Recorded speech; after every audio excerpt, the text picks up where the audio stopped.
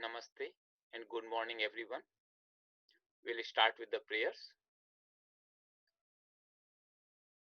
Om Gurur Brahma Gurur Vishnu Gurur Devo Maheshwaraha Guru Sakshat Parabrahma Tasmai Shri Gurave Namaha.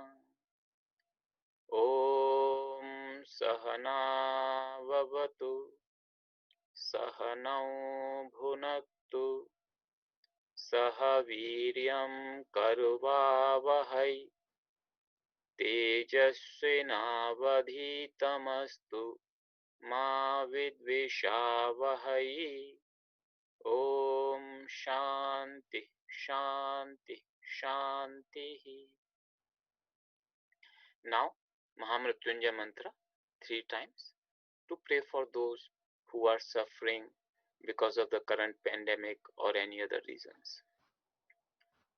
Om Trayambakam Yajamahe Sugandhim Pushtivardhanam Urvarukam Iva Bandhana Mrutyurmukshiyamamrutat.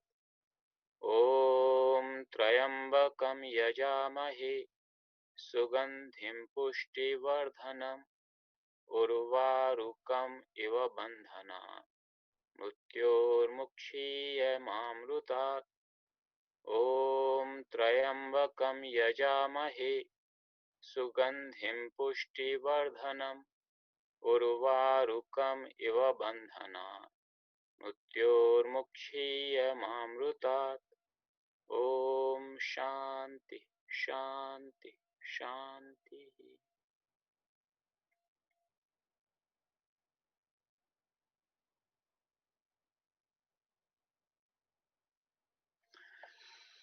Welcome everyone to this next level course, Sanskrit Level 2 course. We are coding it as SANS-02, SANS-02. So we'll just as a sort of revision, we'll start with this is an old slide, so I have to change that. There is a prayer of Rama. I don't know how many of you still remember, but this prayer have all the vibhaktis, all the cases in the same order. So we'll recite this prayer. I'll say one line at a time and you repeat after me, and after that we'll chant it together. Ramo Rajamanihi Sada Vijayate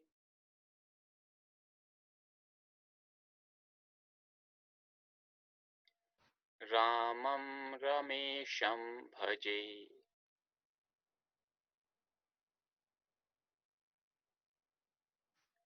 Ramena Bhihata Nishachara Chamuhu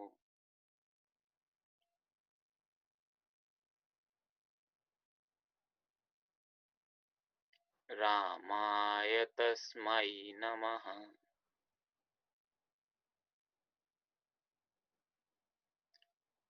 Ramanasti Parayanam Parataram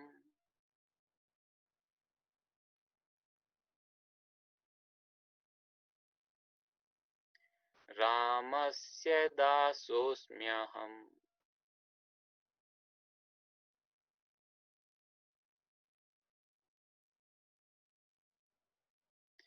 Rame Chittalayah Sada Bhavatu Me.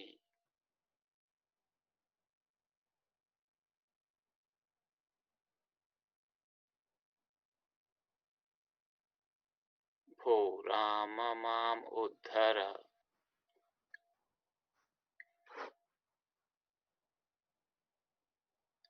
Now I'll recite the whole prayer continuously and you chant along with me. Ramo Rajamanihi Sada Vijayate Ramam Ramesham bhaje Ramena nishachara chamo Ramaya tasmai namaha Ramanasti parayanam parataram Ramasya dasosmyaham Rame chittalayah sada bhavatu me Bho Rama Mamuddhara.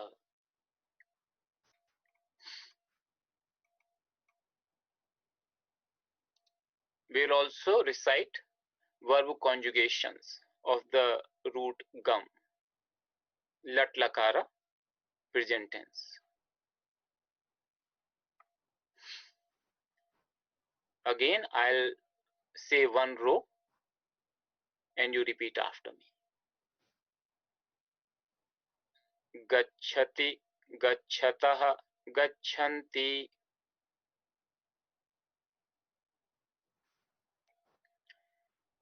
Gacchasi, gacchataha, gachatha. Gacchami, gacchavaha, gacchamaha.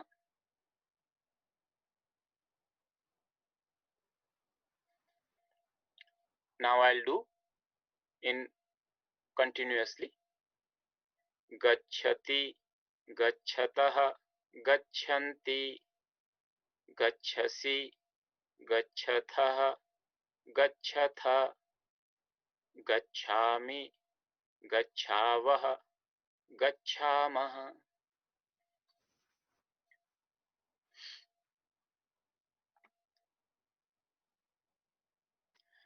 So I hope all of you have refreshed on beginner's course and we can start from there.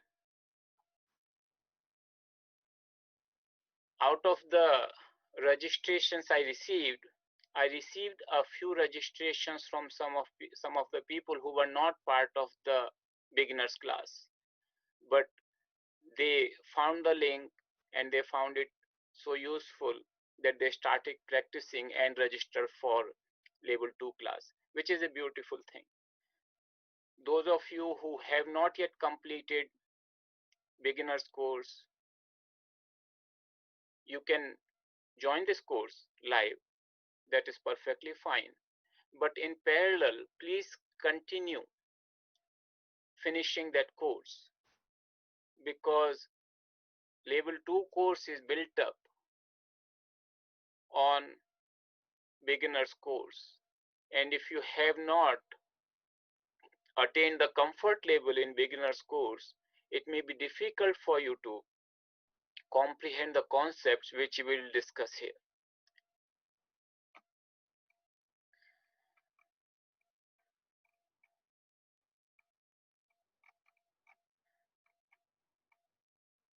So if you remember, this is one of the slides we had where it lists some of the important topics of Sanskrit grammar.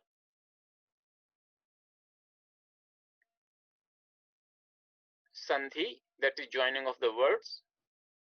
Shabda Rupa, nominal forms. Dhatu Rupa, verb forms. Samasa, compound words. Krut Pratyaya, primary nominal suffixes. And Tadhita Pratyaya, secondary nominal suffixes. There are some other topics also, but I just wanted you to focus on these. So if you remember, in the beginners course, we did the Sandhi in fairly good detail. We did Shabda Rupa, nominal forms. Just a few nominal forms we did, ending in the vowels. Then Dhatu Rupa, we did for a very few roots, the verb forms. In this level 2 course, we will cover more of the scenarios of Sandhi, Shabda Rupa and Dhatu Rupa. We will also cover these two new topics, Samasa Pratyaya and Krut Pratyaya. We may not be able to go to Tadhita Pratyaya, or I'll just give you some glimpse of Tadhita Pratyaya. But we will cover some fair details of Samasa and Krut Pratyaya, compound words and primary nominal suffixes. These two suffixes, primary Krut Pratyaya and Tadhita Pratyaya, primary nominal suffixes and secondary nominal suffixes. These two are mostly responsible for practically all the nouns in Sanskrit. So if somebody has a good command over these two category of suffixes, they can understand the meaning of the words because all the words are derived from the roots. So very important categories. And Samasa, of course, just like Sandhi, which joins the words, it creates a compound from different words, and we'll see what those things are. Today, I do not want to introduce these new topics. I want to take a little time to review what we studied in the beginner's course, as well as I want to introduce a new type of nominal form to you today. So that's what we'll attempt today. So out of Sandhi, if you remember, we have three types of Sandhis. Swara Sandhi, related to vowel, Visarga Sandhi, related to Visarga, and Vyanjana Sandhi, that is consonant.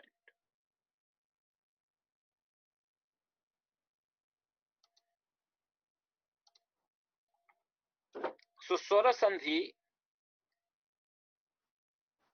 so the last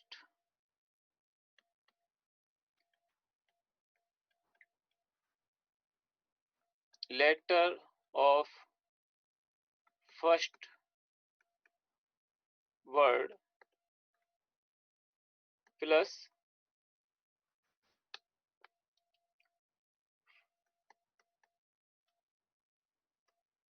first letter of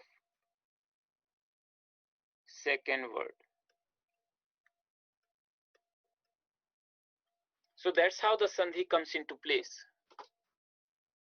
Sandhi comes into place between these two letters. When both of them are vowel, then it's a Swara Sandhi.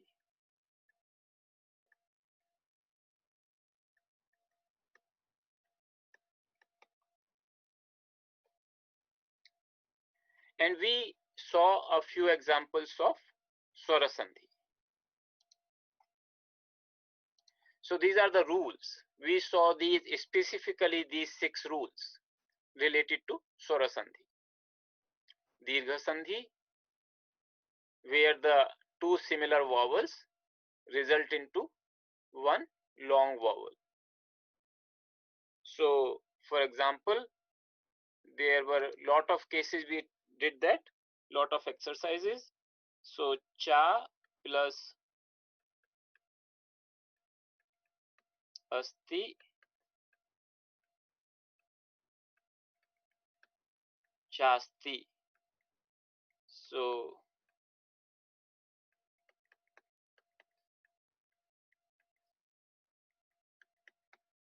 akara plus akara becomes akara.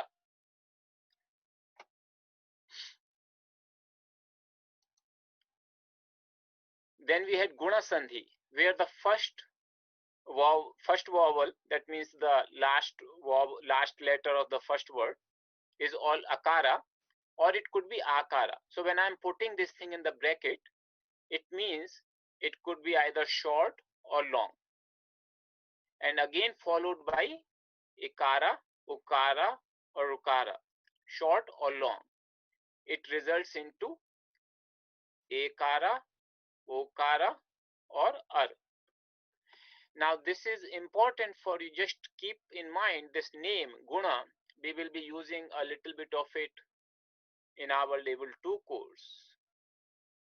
So these three words, they themselves are called guna along with akara. So we'll see more of those. But there is a reason why these sandhi names are given as they are. Then yan sandhi. Yan sandhi is ikara, ukara, or rukara followed by any vowel. Only the first letter changes into yakara, vakara, or refa respectively, followed by the vowel. The following vowel remains unchanged.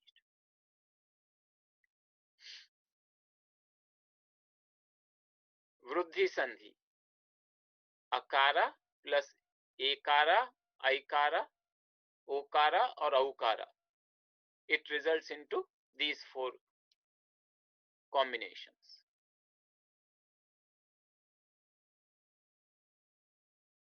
Ayadi sandhi. Ayadi sandhi happens when, so we covered the akara, ikara, ukara, and rukara among the vowels.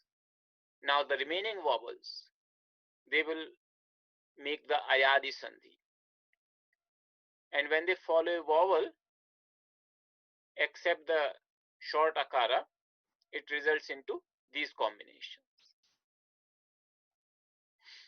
And when it follows the short akara, only ekara and okara, then it is called purva rupa sandhi. Purva rupa means the previous form is retained, the following letter short akara that is elided, that be represented by this sign called avagra.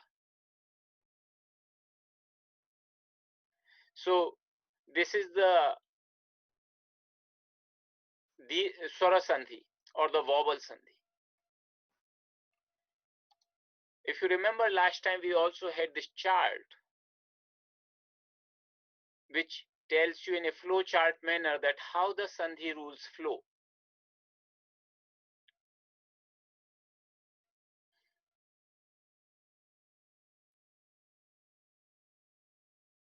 All this we covered in quite detail in the beginner's course. So I hope you all remember all these rules and other things, but if you don't, I would recommend you to again take a look at those classes, class notes, or class videos. Just for your information, I want to show you the Google Drive where these things are stored.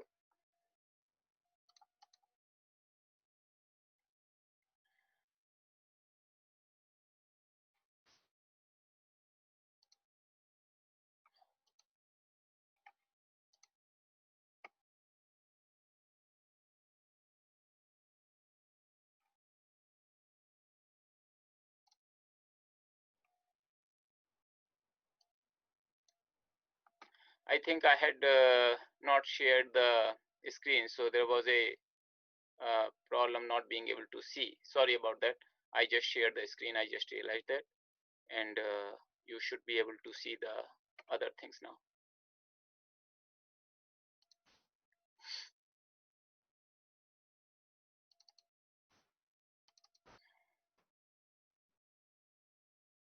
So these are the, if you go to Drive now, you will see SANS-01, SANS-02, and a scripture course, which we will be conducting separately, but as a part of this course. These are all the materials in the beginners SANS-01 course.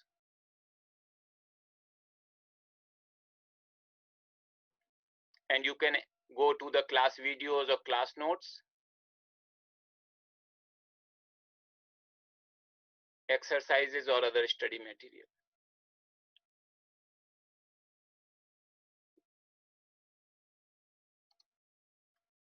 For SANS-02, we will have the similar structure, and you could get to the class videos, class notes or exercises and other study material. They will appear here.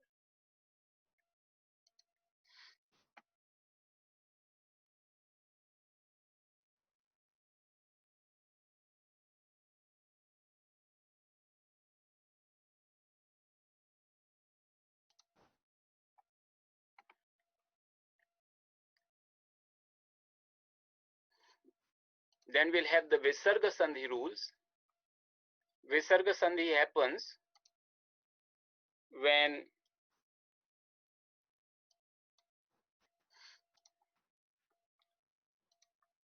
just like vowel plus vowel is Swara Sandhi, the Visarga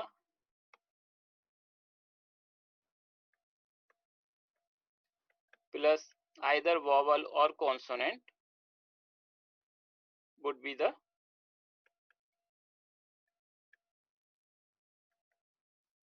Visarga Sandhi. Visarga, as you know, can only appear at the end of the word. So there is no possibility of Visarga appearing in the start of the word. It cannot appear at the start of the word. Sometimes it can come in the middle of the word. That's rare, but it can happen. It can never happen at the start of the word. So Visarga plus followed by a vowel or a consonant, that would be a Visarga Sandhi. So the rules will only apply that what is the first letter of the second word, because the last letter of the first word that is given, that is always Visarga. So Visarga Sandhi rules, I will not go one by one all these rules, but I hope you can understand and you know the principles behind the Visarga Sandhi rules. This presentation is already there in the beginners Sanskrit course for beginners in that repository. There is a chart for this also, which is a beautiful chart. Last time it was prepared by Amit Baba, which is very useful in order for you to see the whole flow in one shot. Then there is a Vyanjana Sandhi. Vyanjana Sandhi is when any of the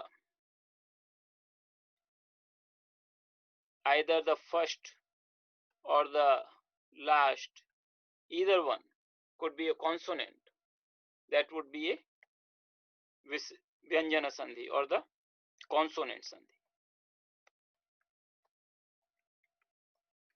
Again, we discussed certain rules related to this last time.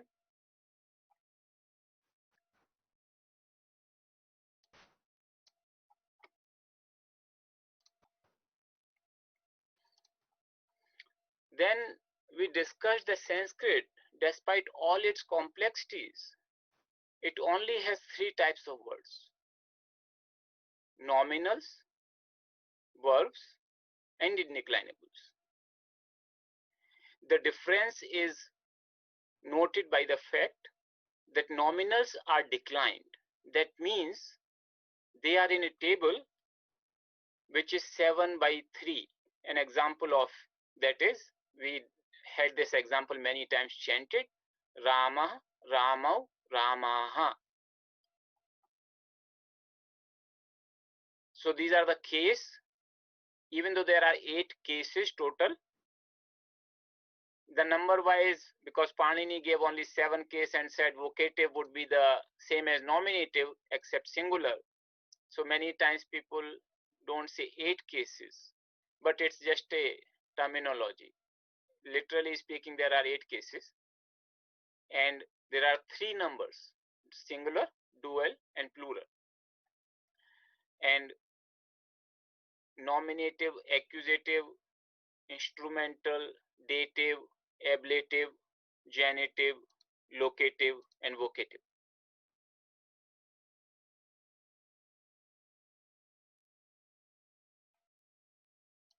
I can show you these ones here, which also tells you that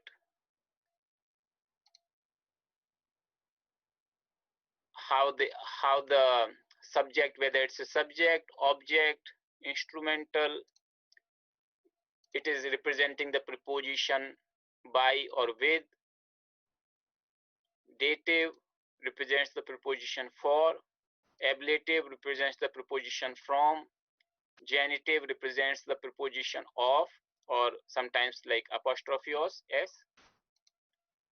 Locative represents the preposition in or on, and vocative when you address somebody.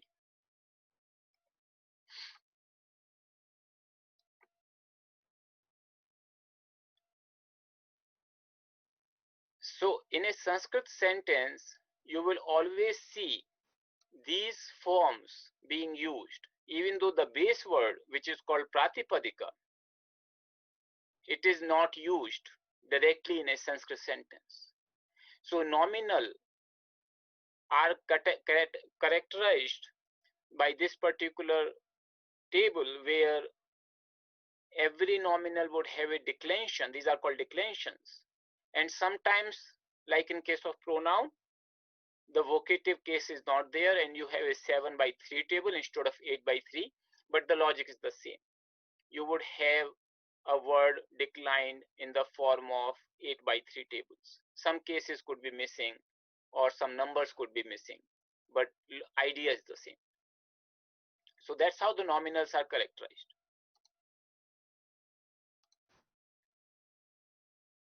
And these nominals, they consist of nouns, like we saw the word Rama, pronouns, he, she, it, or adjectives, like Sundara, beautiful.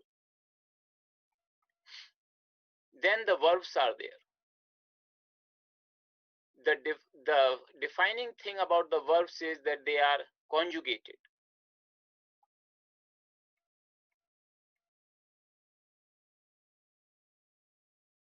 And conjugation means that they also have a table.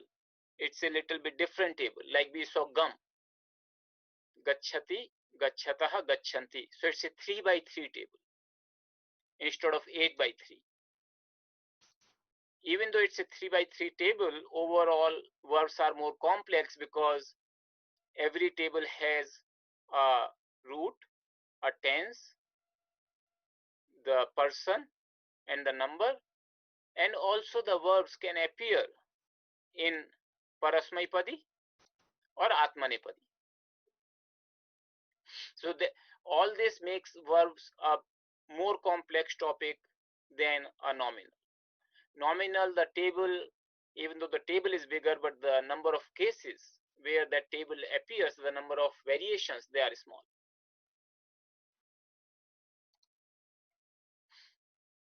And then indeclinables. Indeclinables means the words are used as such. They do not change their form depending upon the number or case or gender or anything. So they are always used in the same form.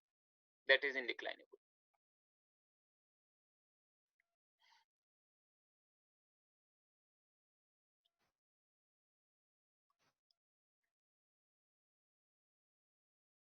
So this is what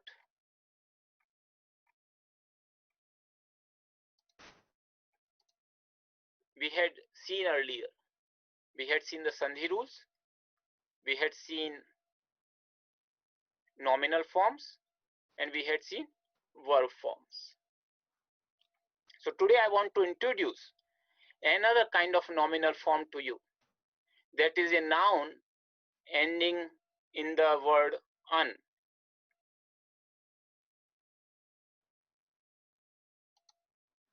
So it is ending in un. An example could be Atman.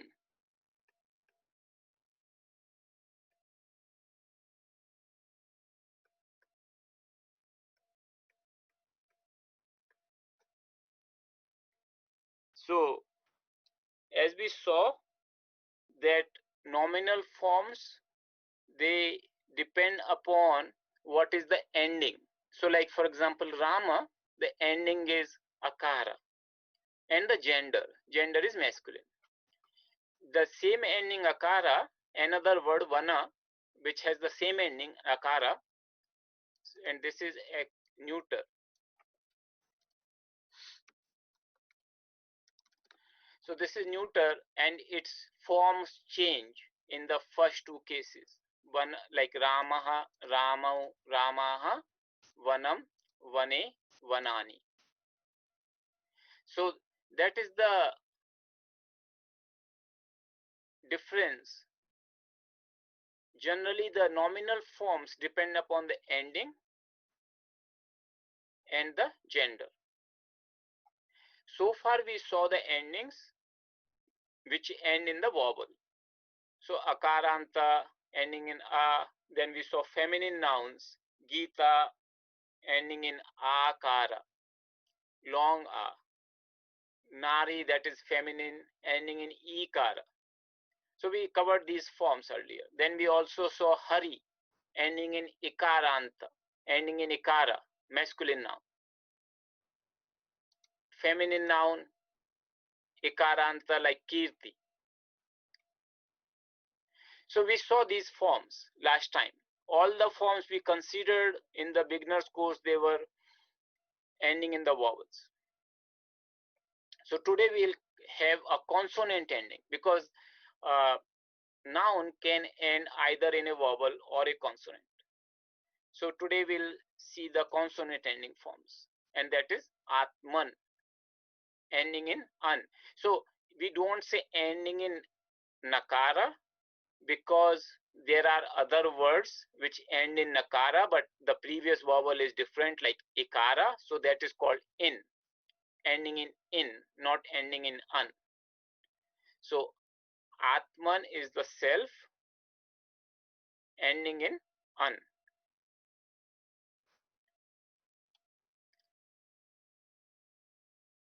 So the difference in the nouns which end in the vowel versus the difference in the nouns, nominals which end in the consonant, is that many of the nouns which end in the consonant, they are similar in nature to each other.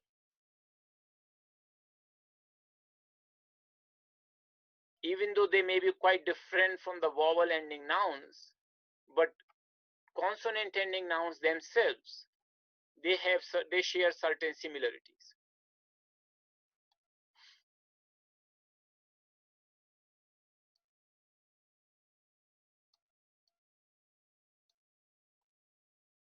If you look at here, just look at the Atman, which is a masculine noun. It means self. Very common word, Atman, Atma.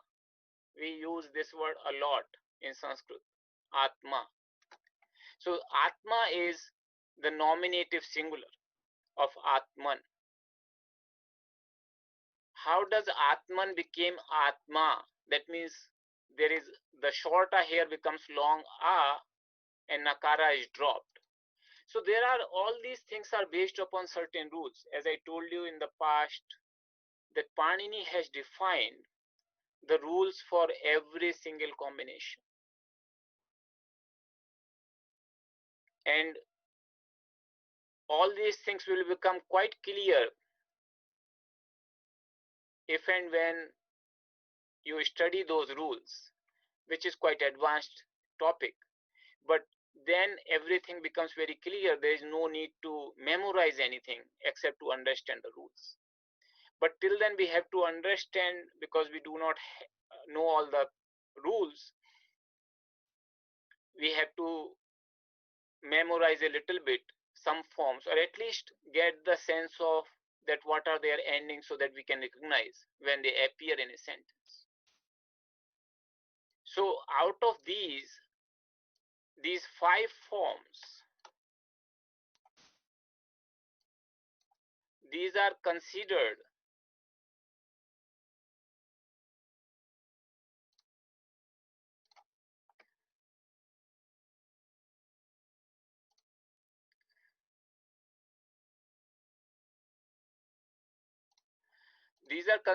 the forms where the un becomes a, the short a becomes long a, and some people call them as strong forms.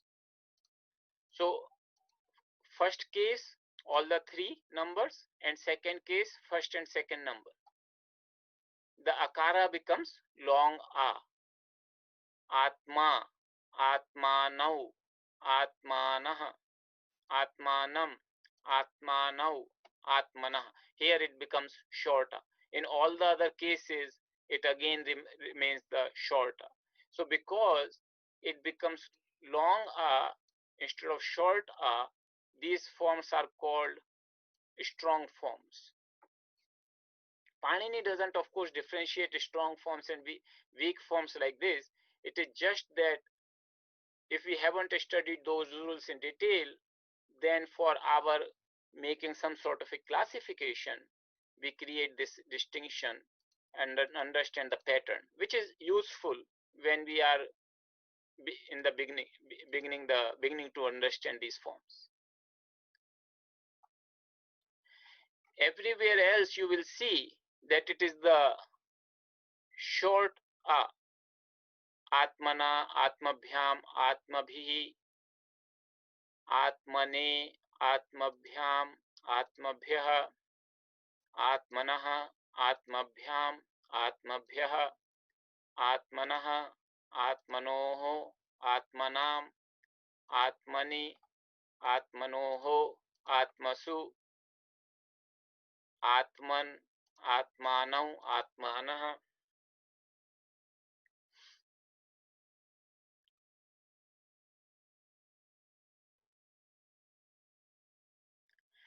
The usage will remain the same as it was in other cases. So as we saw,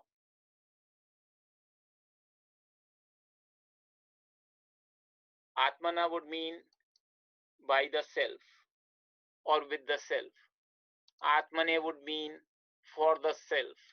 And if you remember, we had this verb called Atmanepadi and Parasmaipadi. This Atmanepadi, if you remember, I explained that original concept was that an Atmanepadi root would be used when a person is seeking the result of the action for oneself versus seeking the result of the action for others. Now the distinction is kind of lost, but the terminology remains and the forms remain. That Atmanepadi is coming from this word, Atmane, for self, for oneself.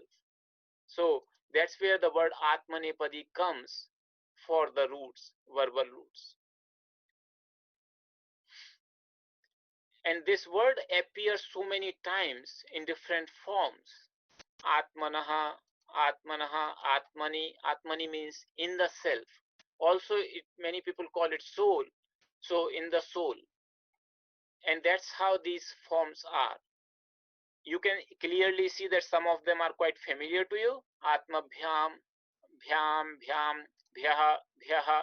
So because as I said, Panini has only one set of suffixes for deriving every single nominal form. And then he keeps adding certain rules because of which the suffix can undergo certain changes. But otherwise it is the same suffix, same set of suffixes. He has given 7 by 3, 21 suffixes for deriving every single nominal form.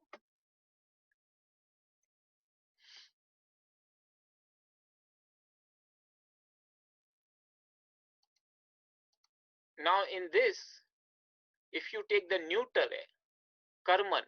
So karman, this word karma, again another very, very popular word. We all know karma. It seems like if you just look at the word karma as if it's an akarant ending in a, but the actual base noun, base word is karman. It's ending in an, not a. And these are the forms. When you see the two forms, they are alternative, means both are correct. Generally, the second one, this one is used more often, but technically speaking, both are correct. So, and this is one thing you will find in declensions and conjugations both, that there are alternative forms, means both are correct. And this you can easily identify because karma is such a common word in Gita and other scriptures. You can easily identify karmana, karmanam, nahi karmanam anarambhat, of the karma. That means just because of not performing any action, one does not become a sannyasi. So this is another extremely popular word. And here the strong forms are these two, where it becomes akara, and of course the vocative, because vocative always follows the subject. So karma, karmani, karmani, karma, karmani, karmani, karmana, karmabhyam, karmabhihi, karmane, karmabhyam, karmabhyah, karmanah, karmabhyam, karmabhyah, कर्मणः कर्मणोः कर्मणां कर्मणि कर्मणोः कर्मसु. So here I'm not adding the word he, but otherwise you can understand it's like he karma, he karmani, he karmani. If you are addressing the action as if action is personified, very rare.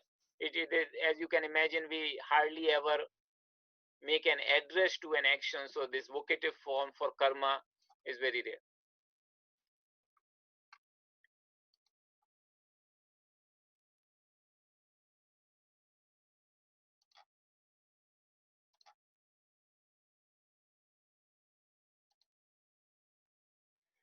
So here I want to specify a few things for you.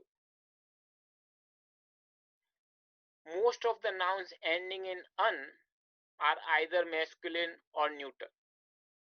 So there are feminine nouns, but very much less common. I told you the strong and weak stem here. So these are called strong stems, and the remaining by definition becomes normal or weaker stems.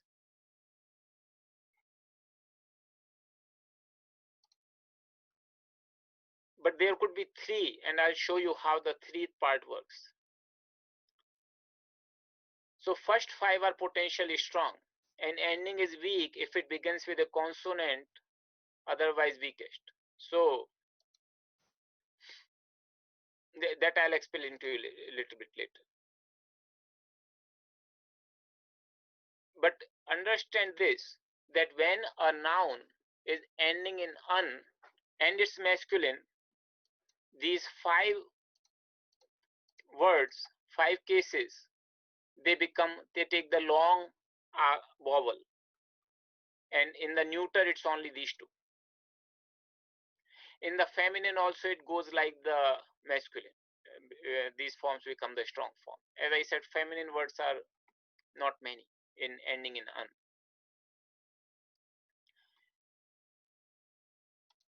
Then there is a case which I have taken this one from Eugene's book,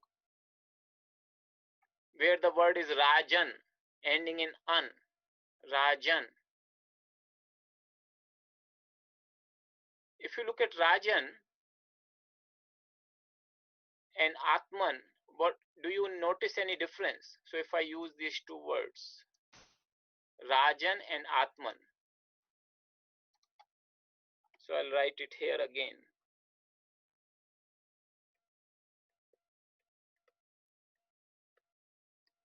Rajan and Atman. Both are ending in an. Both are masculine. Yet there is a small difference. The difference is that before an, the consonant where it follows, it is jakara, it is a single consonant. And here it follows a two consonants, or we call it conjunct consonant. So before an, it follows two consonants. Here it follows one, and then there is a vowel. So this is a simple consonant, and this is a conjunct consonant. And this criteria, so not just ana ending in an, but whether it is preceded by, an is preceded by a simple consonant or a conjunct consonant, that makes a little bit of a difference in how do you derive these forms. So the difference is clearly here, and that's what has been put here. So look at this word, ragya atmana. So I told you that in the strong forms, it becomes long a, short a versus long a, akara. In this form, ragya versus atmana, it here, look at rajan, even the short akara is dropped. So after jakara, you have nakara, which because of some sandhi rules changes into yakara. And that's what the difference is. So there are certain forms which will become even weaker in the case of, so here it can take three types of variations. So strong, weak, and we can say weakest, or whether you want to call weaker, doesn't matter. Here it is only two variations, strong and weak, and that's the difference. So only in certain forms that difference is appearing, and those forms are highlighted here. Ragyaha atmanaha, ragya atmana, ragye atmane, ragyaha atmana. So ragni atmani. So only in a few forms that difference is there. In some other forms like Rajabhyam, that would be the same as Atmabhyam. So that difference is not there. I hope you are able to understand this. This seems like a little bit complex, but once you practice, it should be pretty clear to you. Any questions so far?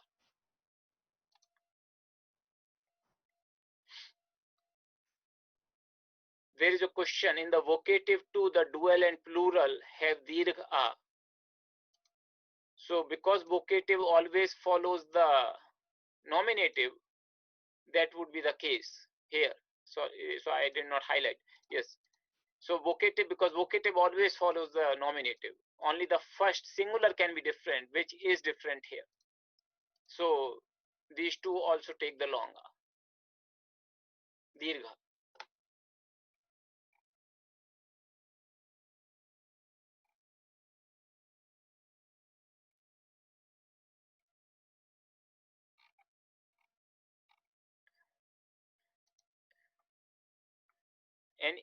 Any questions about it? Any more questions do you have?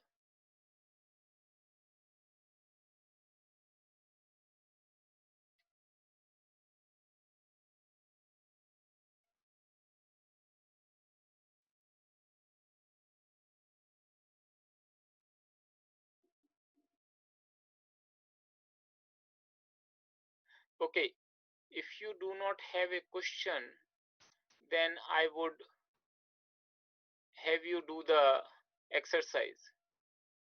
So pronunciation on the form Rajan, Rashchan or Ragya. So this is called Ragnya. It's a little bit different pronunciation, this particular conjunct consonant. This is a bit special. There are two conjunct consonants in Sanskrit. which are made a little differently. So I'll show you what is the difference. So two conjunct consonants, they are written also differently, and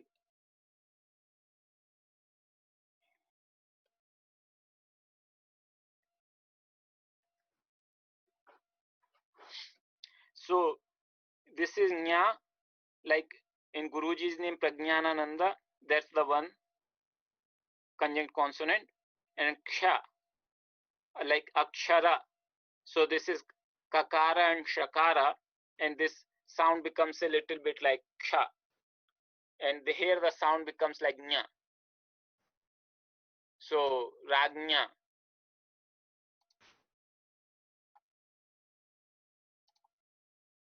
ragnya, like this, ragnye, ragnya.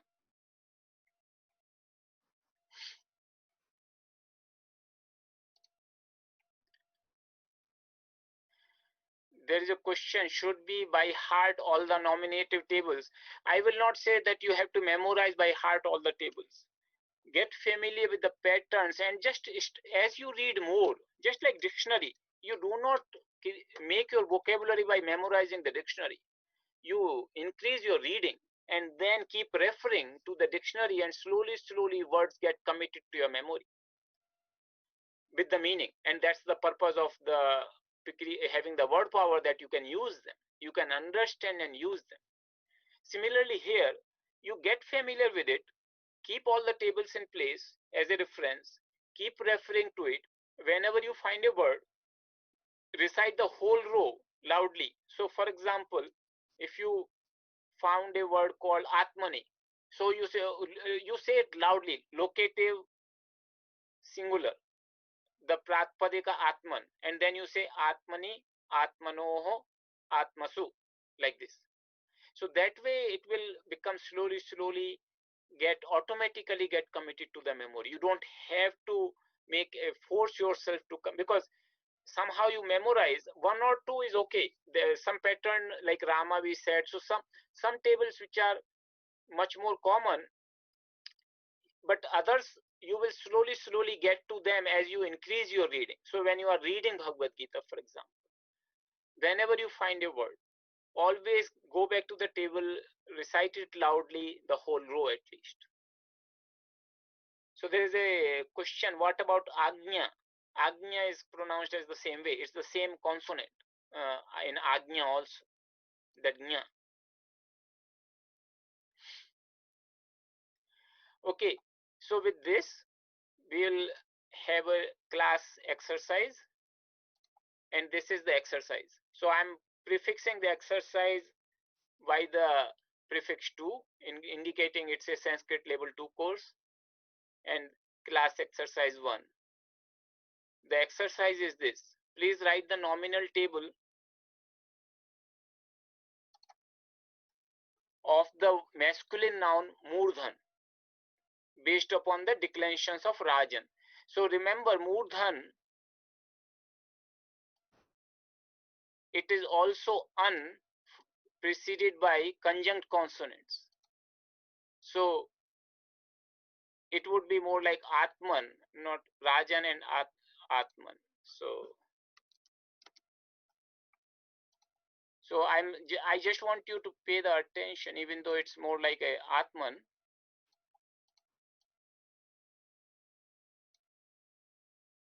Sorry.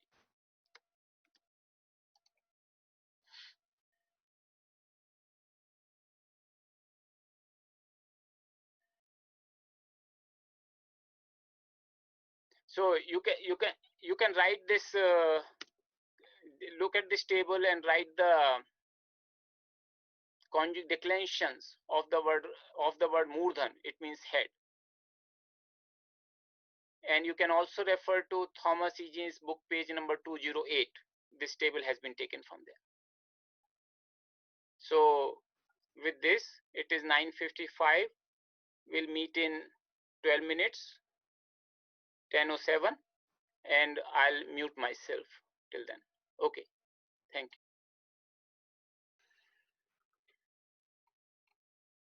Welcome back.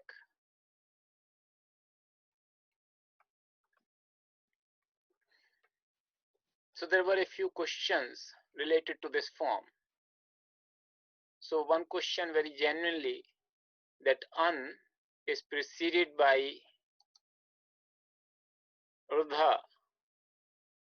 It's a conjunct consonant, not a simple consonant. So why should it not be like Atman and should be like Rajan? It's a good question. Always I have a challenge when I state some rules in the class, because there are rules and then there are sub rules and sub rules like this. Until unless I give you the whole picture, there will always be some cases where there would be additional rules or sub rules that will apply. And if I try to give you the whole picture, it will become quite a complex class. So trying to find a balance, but I understand at the same time you will find that there are gaps in the logic. So this is what is happening here. If you want, I can try to find the whole set of rules just to give an idea that how the whole thing works from Panini perspective, not necessarily that you have to memorize. That way you can appreciate to a certain extent that how much care he has taken to go into each and every integrity. So this is one of those cases where a general rule has another exception or sub rule. There is a question whether there would be णत्वम. So णत्वम will not be there because there is a dhakara, murdhan. So this is a simple consonant, dhakara. This is not a, but because of refa, it becomes conjunct consonant. So because of dhakara, णत्वम will not be there. That means nakara will not change into nakara.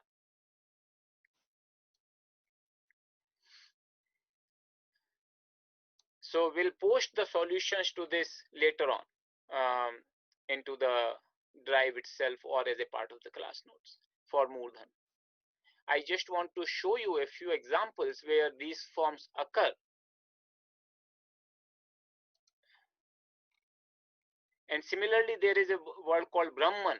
I'll just 1 second.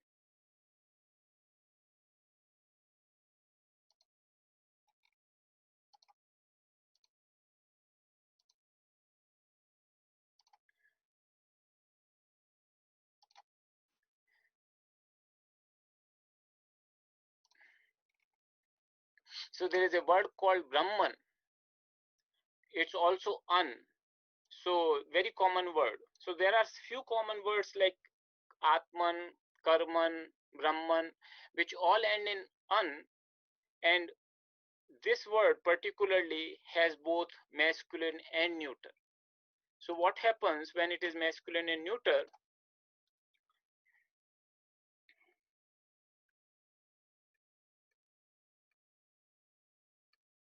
If it's masculine,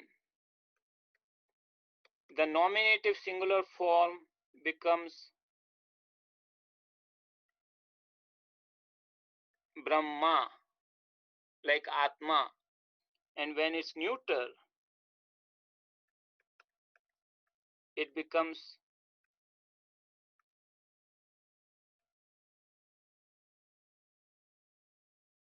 Brahma.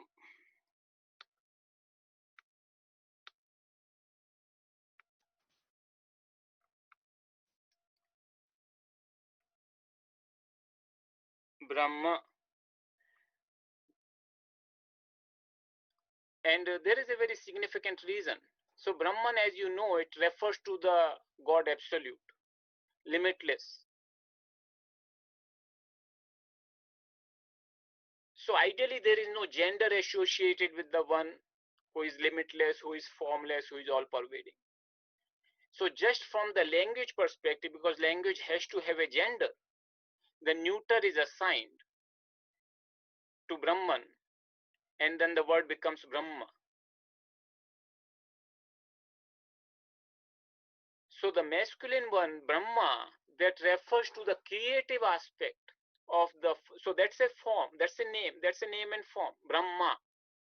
So when you refer to the creative aspect of the divinity, that is Lord Brahma, so that is masculine. So that difference is there. So normally Brahman is used in neuter, refers to the God absolute, and sometimes it refers, you will find that it's referred in the masculine noun, masculine gender, and that refers to Brahma, the creator. So this difference is important because Brahman, the God absolute, is not considered associated with any gender. We just say neuter gender because as per the language, some gender has to be associated to a word. There is an interesting story regarding this. So once there was a monk, Swami Ramatirtha. More than 100 years ago, he came to USA in 1902. So he was here for a couple of years. And during that time, once he was giving a talk, and when he was referring to God, sometimes he will say he, sometimes he will say she, and sometimes he will say it. So one person, after the talk, he asked Swami, can I have a question? Yes, please. Is your God he or she or it? You keep referring as he, she, or it. So is it a Mr. or a Miss? And he said, my God is neither a Miss nor a Mr. My God is a mystery. So just in Sanskrit literature, they have tried to keep that into consideration, that Brahman is a neuter noun. Then I want to show you a few examples from Gita. So 6, 5 and 8, 12. So let's see 6, 5.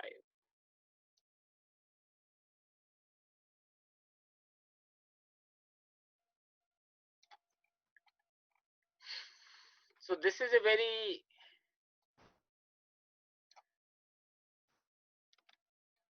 popular verse, very beautiful verse.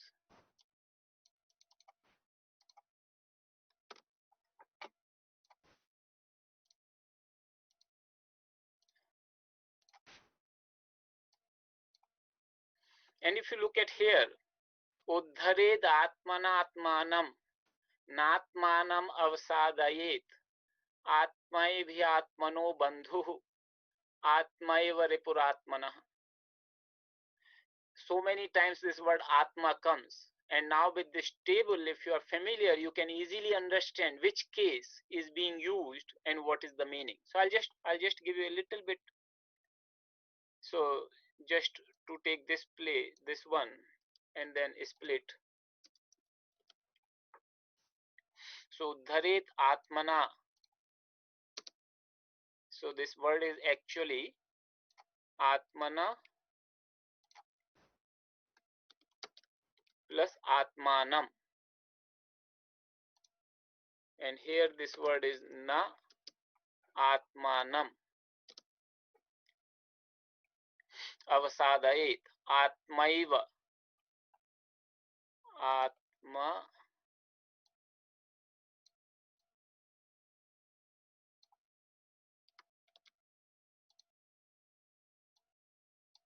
So here this is,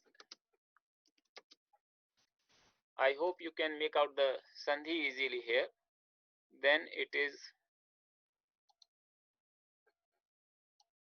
then this is the same word as Atmanaha, becomes Atmano. And then this is again the same word Atma Eva.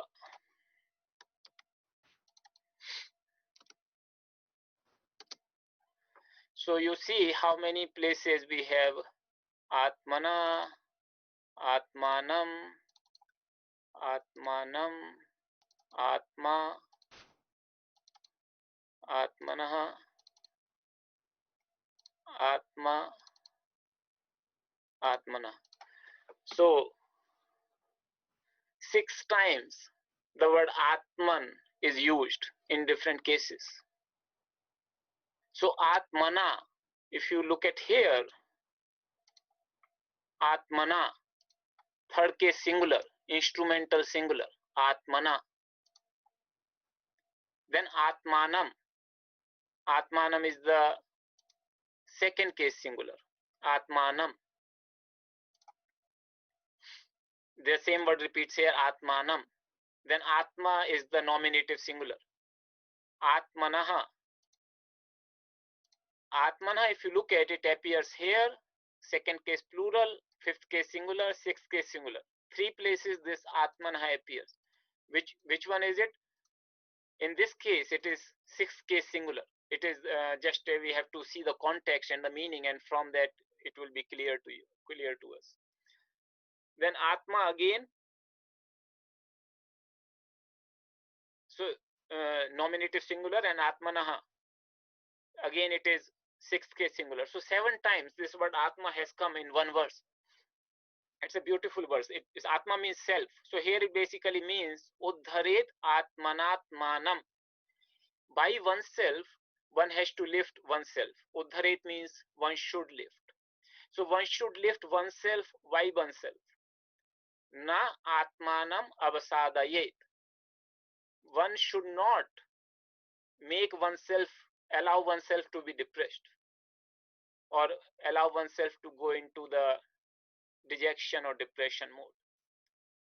Atma eva hi atmanaha bandhuhu. One alone is one's own friend. Self alone is one's own friend. And atma eva ripuratmana. Oneself is alone one's own enemy. So beautiful verse here.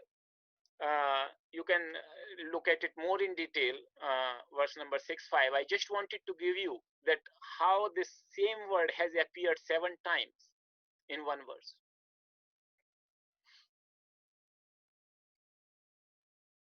So with this, I just want to specify a few points for the Sanskrit 2 course, level 2 course, those who are taking. So please complete and revise Sanskrit 1 course thoroughly. As you know that this is built upon the foundation of Sanskrit 01. And it's okay, you can attend it in parallel, but try to make sure that you understand the beginner's course thoroughly.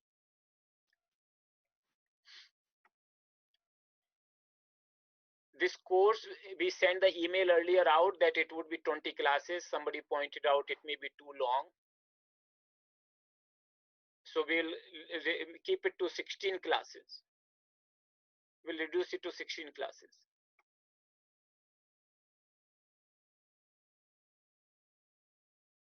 And we don't have the end date yet because there could be 1 or 2 weeks in between where we may not have classes. We'll inform you as and when that case arises. Also, the first 4 classes of this Sanskrit 02 we will have in IAST script, the Roman script, and we will continue using this book, the Eugenics book. So remaining 3 chapters of this book, we covered up to 15 chapters. If you remember, in the first course, we covered 15 chapters from this book. So we will continue. There are 18 chapters. So my objective is that in these 4 classes, first 4 classes, we should be able to cover those 3 chapters so that those people who, because of Devanagari or other reasons, don't want to continue the full course, they can have the whole book, at least the whole book that they have completed as a part of this course. There's another thing is that because this course is online, the amount of interaction is limited. So you have to have a schedule for self-study, and I would say that 1 to 1.5 hours per day. So that is 7 to 10 hours per week. Now in this course, this is a little lighter because we are not having three classes per week. We are only having 2 classes, and out of that, one is the scripture class and one is the grammar class. So this today is the grammar class. The scripture class tells you that how the principles which you have learned in this class are applied to the scripture, to understand the scriptures.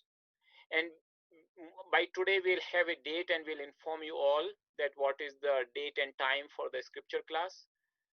People are still registering and they are providing their preferences, because many people around the world are there. We wanted to take a preference of the time which might be suitable for most people, and most people are providing their input, and as we get the input we will inform everybody what are the timings for those classes. It looks like for now, based upon the input so far, that it could be Saturday 11 a.m. Miami time, the EDT, Eastern time in USA.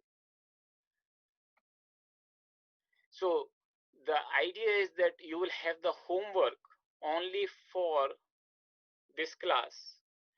For the scripture class, the homework is just that you prepare the verses in advance. So 3 verses of the second chapter you prepare in advance for every class, so that you can understand when I explain the concepts much more clearly. And you can also ask the questions if you have any questions related to those verses. So for the scripture class, and I'll make it as a formal exercise, but that exercise would be pretty constant, that every time you prepare just for 3 verses for the scripture class in advance. When you submit the exercises, and I want to repeat that I have said it earlier, that please match your answers to the solutions and then you submit your exercises along with the relevant questions. So I want to tell you that I have not received many questions from you related to the exercises. And I hope that if you are truly doing all the exercises and you are trying to match your answers, I mean, if you are not having any questions, congratulations, you have understood everything. But otherwise, I would very much like to understand that if you are facing any difficulty or doubt in solving your exercises, then please submit those questions along with your exercise submission. And some people say that they are doing the exercises but not submitting. I would recommend you submit for 2 reasons. One, it's a kind of discipline. Second, sometimes we look at the exercise solutions, not all the emails, it's not possible, but sometimes we do look at them, and then we will point out if there are any mistakes there. So it's better to submit the exercises. We will be having the less spoon feeding compared to Sanskrit 1 course. So you will be provided the resources, web links, books or custom documents, but you have to study and make your own notes. We will provide the notes, class notes would be there, but you also have to, so we will provide the video, they would be there, but please make sure that you also have your own understanding and ask the questions. And Sanskrit is a matter of serious study. It's not a casual. It's like any other subject which you want to study seriously, like physics, chemistry. So please give the commitment which it deserves. And can you hear me? So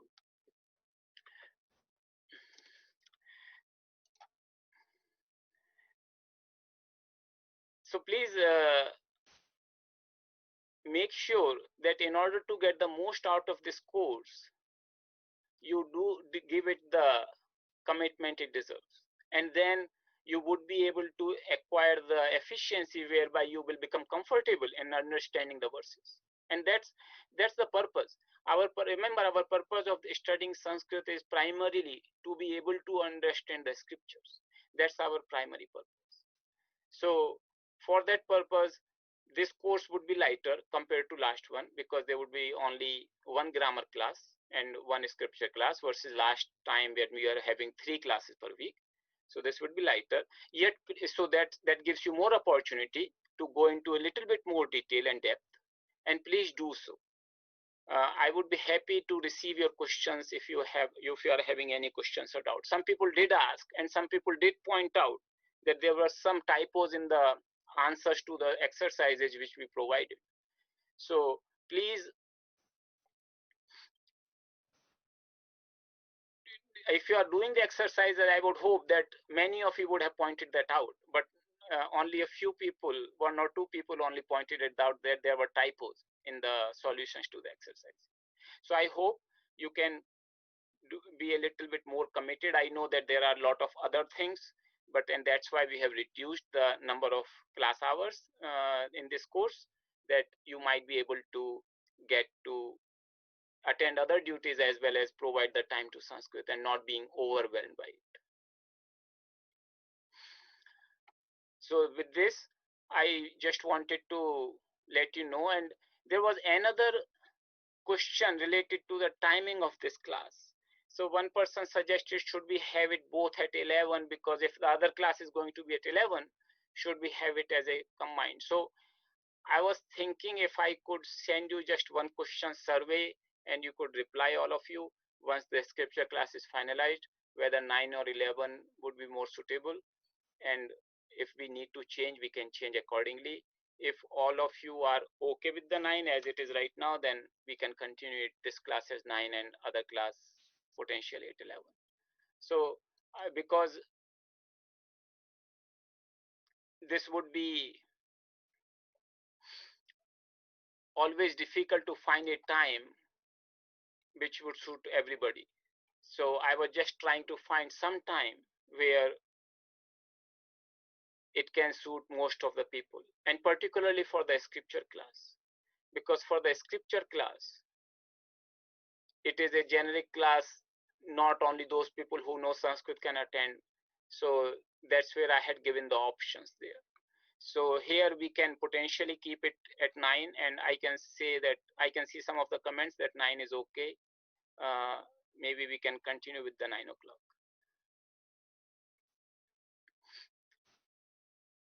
So with this, I would close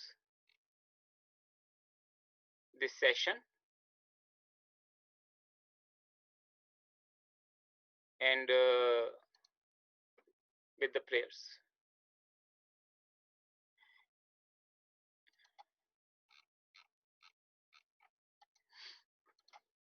So we'll do together these prayers. Sarve bhavantu sukhinah, sarve santu niramayah, sarve bhadrani pashyantu, ma kaschid dukkha bhag bhavet. Om Purnamadaha Purnamidam Purnat Purnamudachyate Purnasya Purnamadaya Purnameva Vashishyate. Om Shanti Shanti Shanti. Thank you.